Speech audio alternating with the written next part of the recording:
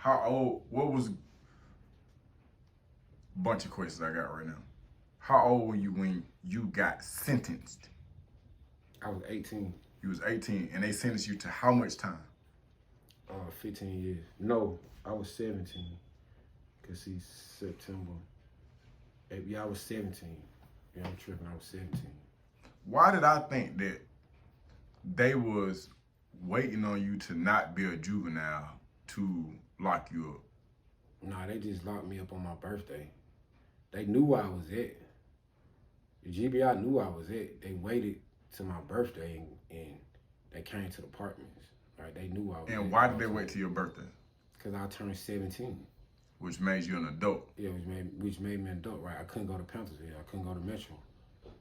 So I'm saying strategically, they were just like, as soon as his birthday comes, we're gonna lock him up. He gonna be a grown man today. Yeah, pretty much. Cause the GBI knew where I was at. And you got locked up on your birthday. Yeah.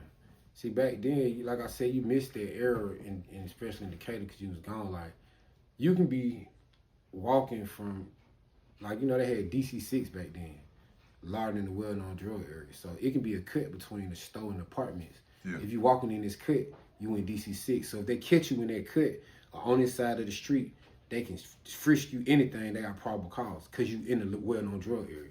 You see what I'm saying? So they'll catch you walking to the store and you walk through DC-6. They'll just put you on the wall, take pictures of all your tattoos. You know what I'm saying? Shit like that. Take out you. So, they did that to us a lot. You know what I mean? So they knew who we was. They knew where we was at. Decatur, that area, Decatur been so big. County Road, Glenwood, McAfee, we rotating in the same area. Yeah. You know what I'm saying? So they knew where we was at. They knew where I was at. You know what I'm saying? They just waited until I turned 17. So 18, found guilty. No, I got found guilty at 17, got sentenced at 17, went to prison at 17. Okay. All this at 17. And they gave you were sentenced to 15 years. So you go to Jackson. You a juvenile. Oh, so you ain't go to Jackson at all. I did diagnosis at Alta. You was in the Brown? No, man, I was 17, man. So what I'm trying to figure out is why you didn't go to Jackson though. Because I did diagnosis at Alta. During that time, Jackson had stopped taking inmates from DeKalb County and Rice Street. Why? Because during that time, when you went to DeKalb County and Rice Street, they ain't de-lice you. You know what I'm saying? They didn't spray you down. So folk kept coming to Jackson with all kind of shit. You know what I'm saying? Scabies, crabs, all kind of shit. So Jackson stopped accepting people from DeKalb County and Rice Street. So you was either going to it was people just coming to Alto just to do diagnostics, and they were going to different prisons. Like when I was in diagnostics, there were people that was like, oh, they were going to D. Ray James, or they were going to Hancock, or they were going to wherever, but they were doing their diagnostics right there in Alto. Bro, you got so much bro, all this is news to me. I'm asking questions. Some of the stuff I think I be knowing the answer to, but clearly I have no fucking idea. So I'm gonna tell you my I'm leaving. I get sentenced at 19, 10 years. Mind you, I'd have been in DeKalb County 3 years. I go to Jackson, stay there about 3 months. From Jackson, I go to Hayes. From Hayes, we go to Alto. But on the way to Hayes, they tell us, bro, it's Lee Arundel, because we done heard scary stories about Alto. So I'm a nigga with the information. I'm asking questions. I'm up on myself. You see what I'm saying? I ain't scared, but I'm on point. So I'm talking. Fear is not a bad thing, though. It's okay. Fear is not a bad thing, but you right. You right. Because fear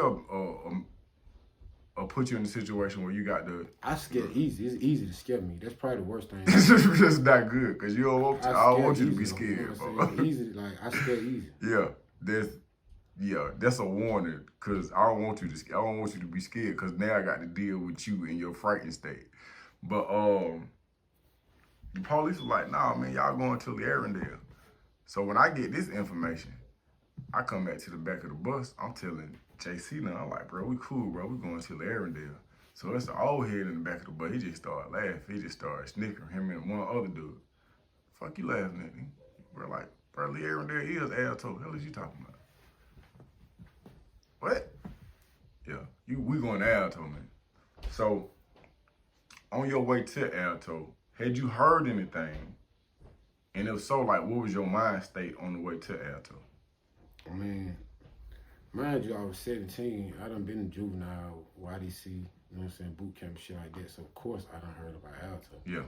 You know what I'm saying? But, shit, man, you know, like, it is what it is. Like, I never been, like, I stopped overly anticipating stuff, you know what I'm saying? I'm like, shit.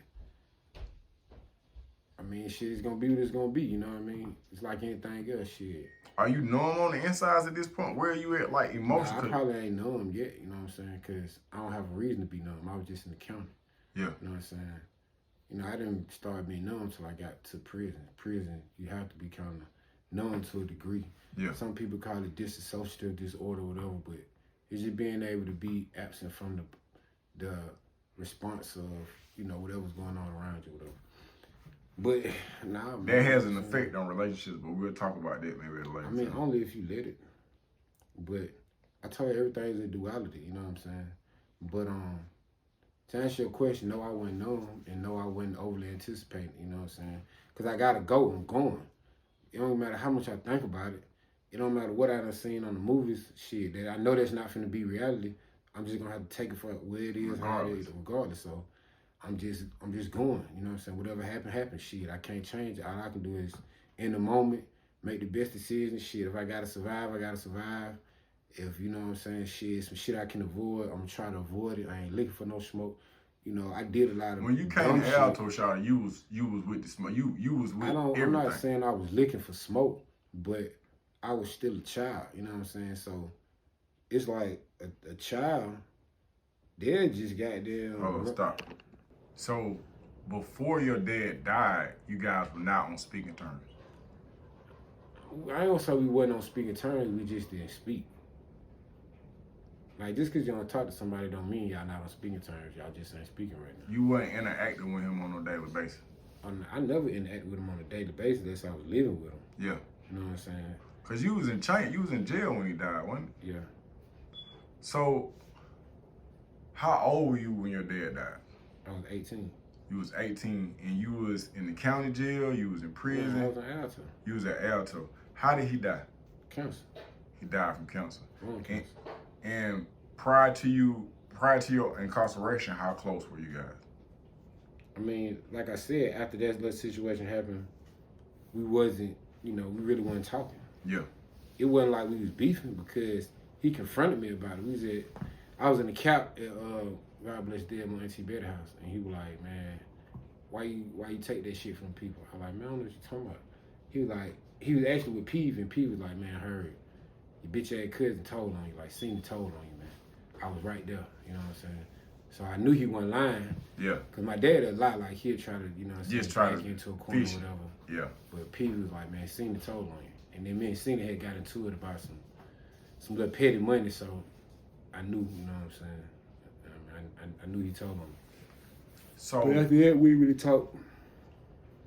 So you was 18 when your dad died. Were you allowed to go to the funeral? Yeah, man, you know I went to the funeral. Bro, it's not for me. It's for the people. Oh, okay. But yeah, I went to the funeral. From Alto. Right. How was that experience?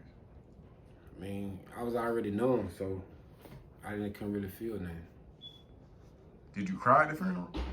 Nah, I wanted to, but I was already known. You know what I'm saying? And when you went to the funeral, I'm saying, is it like when you see it on TV, is you in shackles or how? Nah, they took the shackles off in the parking lot. What you got on? What you wearing though? Mama had brought me some, I can't remember. She brought me some, you know what I'm saying, some funeral clothes. So you was dressed like a civilian. Yeah, but the man who, you know, you got to pay the sheriff deputies to come get you. You got to pay for the gas or whatever. So Mama did that. But one of the men who showed up was actually one of the officers that used to work at the Cal County when you was there. Him and Mama knew each other. So when he seen Mama, she was like, what you doing here? Because we used to come see you in Memorial Drive. She'd see him a lot. So she's like, what you doing here? he was just like, man, I don't know. God just told me to come today. You know what I'm saying? And so he told the deputies to take the shackles off me. So when I walked in the church, I ain't had no shackles on. So you normally they don't take the shackles Oh off. hell no, man. We on County Road, man. The funeral on County Road, they're not taking no shackles off you. You know how many you can start running, they'll never find you. Those are big facts. Yeah, like, Those are big you know what I'm facts. saying? So y'all seen somebody that knew y'all, or a police officer that y'all had to ran into, or mama had to ran into when y'all was coming to visit me, and he just so happenstance to just. Nah, not so happy, Chan. She said when he woke up, God told him to go to that funeral that day. He didn't know who it was for and then. Yeah. So that's why he was there. That's crazy. Did you see his body? Who? My dad? Yeah. Yeah. Still cold, still didn't feel nothing? I mean, I really couldn't look at him for a long time. Kind of made me cringe because the council was eating his body up. So he looked real black and his face looked fucked up. He didn't look like he normally. Where did you sit in the front? You sit in the back? Where are you at? I mean, I kind of said that, excuse me, off to the side, you know what I'm saying? But Yeah. it wasn't, I mean, I could still see the body, you know what I'm saying? Police sitting next to you? Oh, no, they standing, at, you know what I'm saying? They gave you some leeway. But you see all your relatives there. They see you. Were you able to interact with them at the funeral? Or? For a little bit, you know what I'm saying? Yeah. But not, you know, when I was leaving out, when I was walking in the church and I was leaving out, you know what I'm saying? We stand around the car for a minute. They gave us a few minutes to, you know what I'm saying, talk to everybody and shit. So we're not even teenagers. We preteen. You trapping. What are you doing with the money? Shit, it's his money, I'm giving it to him. You know what I'm saying? Like, I might cuff a 5 or something like that here, but, you know, he real big on the count. So if he gave me a 3.5, and if he gave me a 3.5, it better be at least $300. Yeah. You know what I'm saying? So I might can. Like, right next door to his trap was a tray trap. You know what I'm saying? Tray trap is basically, you know, there's an old man named Granddad. He dead now. But basically, they'll take a nick, cut it in half, and sell each piece for $3. Make $6 off a nick. You know what I'm saying? Okay. So when the tray trap closed, everybody was coming to my dad's house. You know what I'm saying? So, Yeah. you know, I could take a nick, bust it in half, and sell it, and then I would cuff $1. Like, I do that like 10 times. You know what I'm saying? So I have to do that 10 times to make $10 extra for me. You get what I'm saying? Yeah. Now he might give me some. He might, when I get done serving, he might be like, put it $10, $20, but I'm 9, so you know my value of money is different. You know what I mean? Shit, to me $100 like $1,000. Bro, where was I at when all this was going on? I mean, I don't know where you was at. I guess you with mama.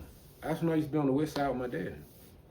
So if I would leave and go to my dad's house for the weekend, shit, So- that's what I'd probably be doing. How old were you when I was 19 years old? We 8 years apart, so when he was 19, I was 11.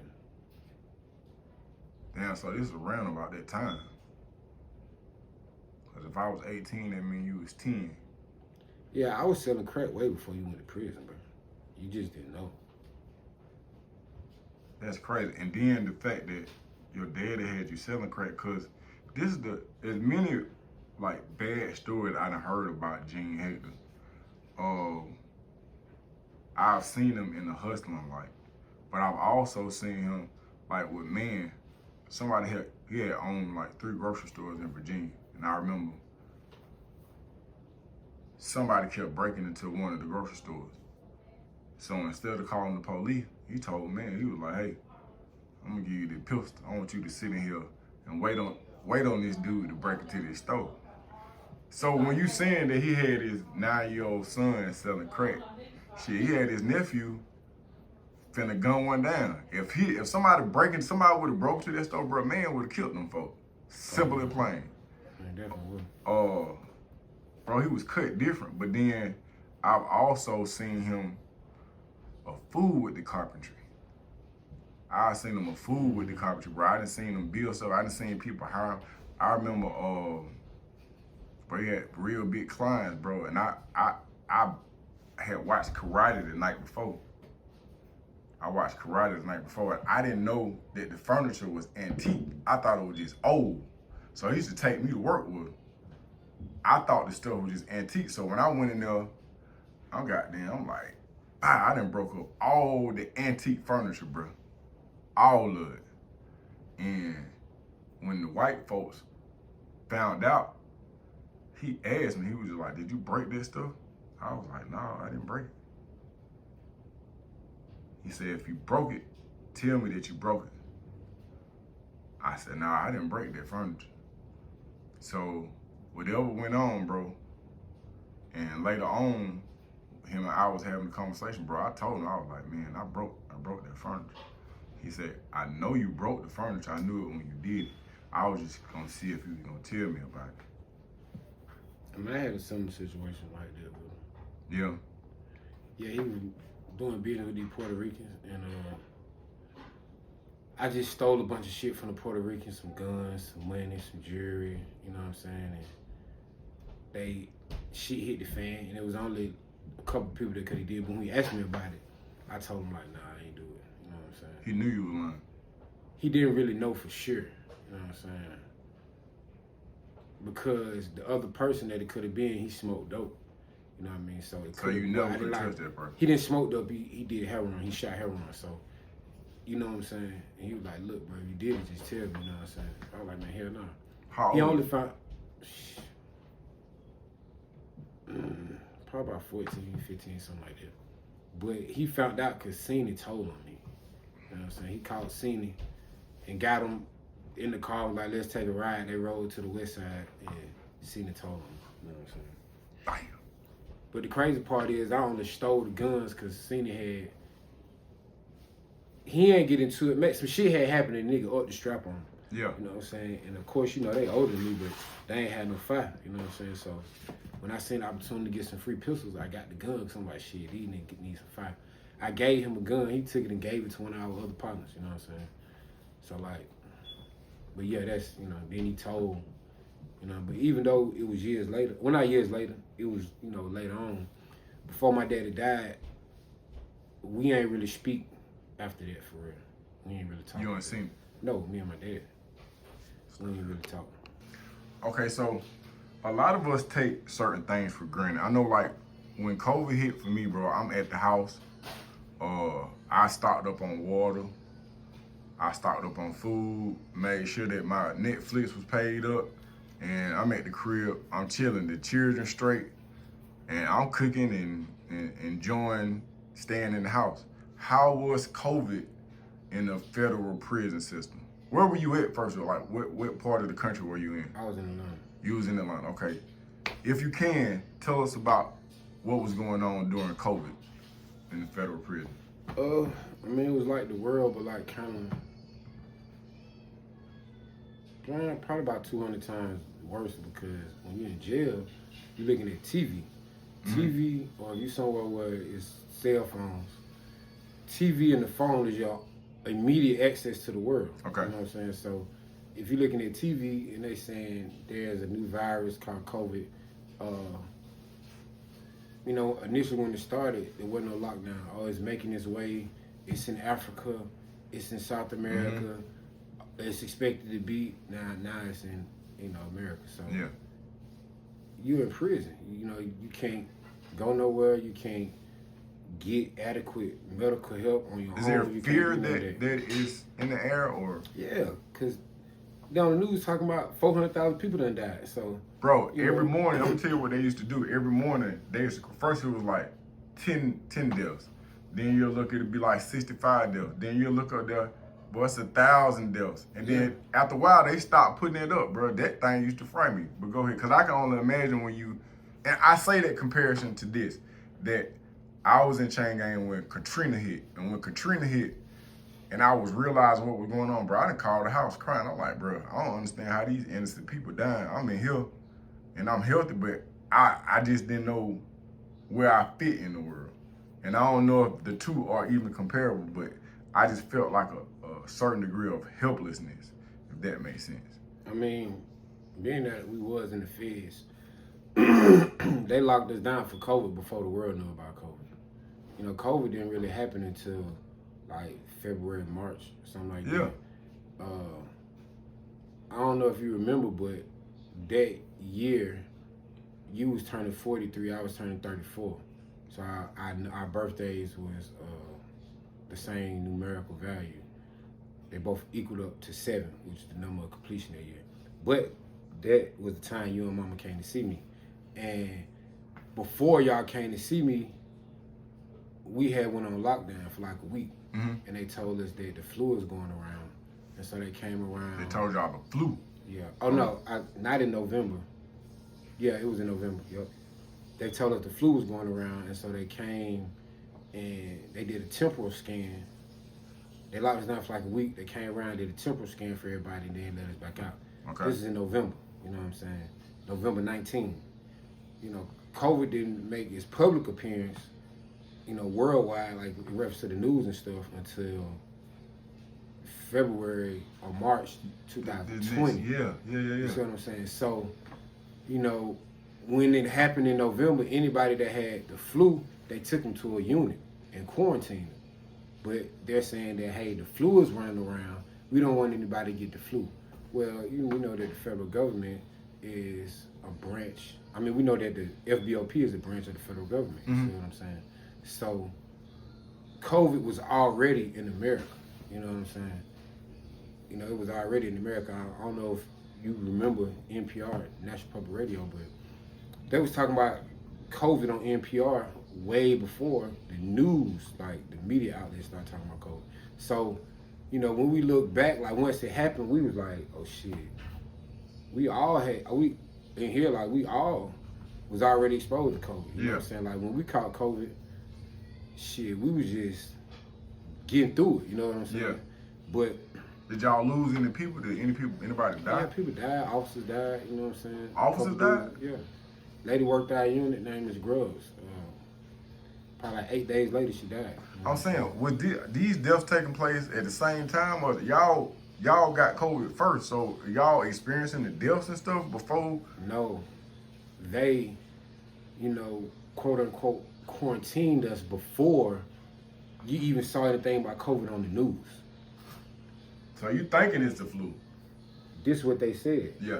Before, now when COVID hit, we watch the TV. Obviously, we can see it's COVID. Yeah. But in the beginning, they just locked us down. They was like, y'all can't come out, man. They talking about COVID. So we was locked down for probably like 12 days. Mm-hmm. No shower, you know what I'm saying? Nothing for about 12 days. And then, like I said, we looking at the news and they talking about, you know, 100,000 people dying. So if you're in prison, now you're like, damn, if you make your way into prison, how I'm gonna stay alive to get out? You know what I'm saying? What I'm gonna do? Because, you know, medical treatment in prison, you done been in jail before, you know what it is, it's less than so apart.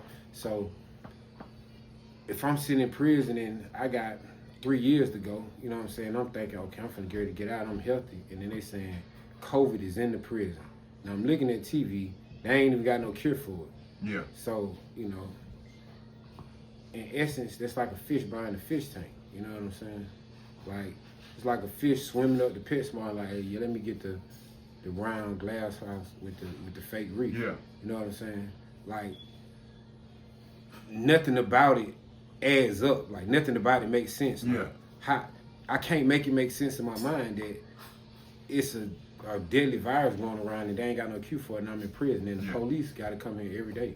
So, like, the police is coming to work looking at us like we got it. Shit, we looking at them like, shit, y'all got it, because I ain't been nowhere for the last 8-9 years. Yeah. So, you know what I'm saying? The only way I can catch it is if you bring it in here. You get what I'm saying?